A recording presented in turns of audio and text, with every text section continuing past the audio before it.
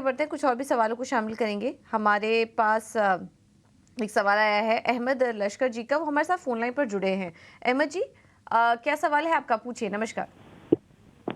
जी, नमस्कार। Actually actually क्या है कि मैंने पावर ग्रिड का एक होल्डिंग किया है 522 टू 81.5 से मैंने खरीदा है। हेलो? अच्छा, ठीक है। हेलो? तो वहाँ पे जी। जी, जी। स्टॉप लॉस कितना तक जा सकता है? मैक्सिमम में मुझे स्टॉप लॉस कहाँ पे लगाना है?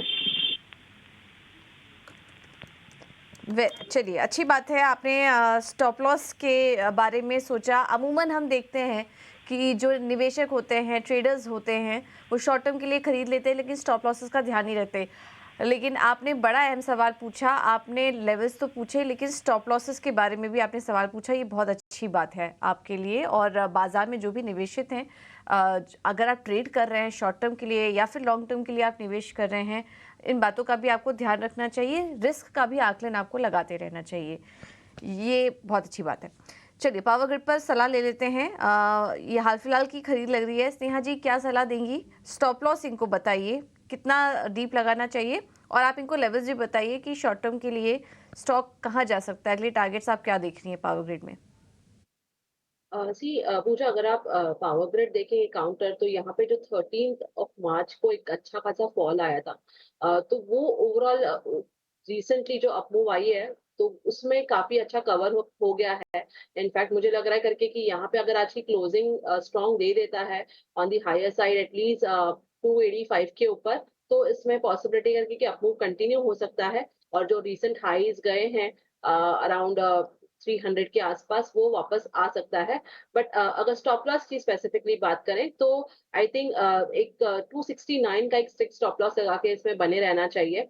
ओवरऑल थोड़ा समय देना पड़ेगा, बट आई थिंक जो ये कंसोलिडेशन होता है, तो अपसाइड में जो आपको 300 का लेवल ही इंपॉर्टेंट रहेगा, उसको सरपास कर देगा तो इसमें ओवरऑल काफी अच्छा मूव आ जाएगा। ऐसे स्टार्ट स्ट्रक्चर देखकर ऐसे कोई दिक्कत की बात नहीं है।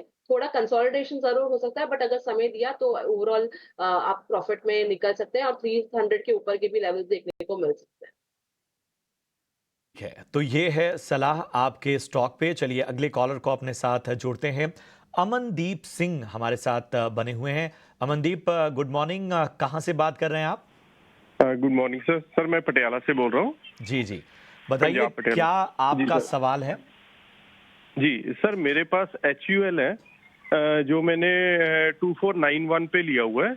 ठीक है। 13 शेयर है। तो ओके, अभी तो थोड़ा नीचे है, तो मैं ये जानना चाहता हूँ इसका फ्यूचर, और क्या इसको मैं एवरेजिंग कर सकता हूँ? ठीक है। तो 2400 के ऊपर की खरीद है अमनदीप की हिंदुस्तान यूनिलीवर में।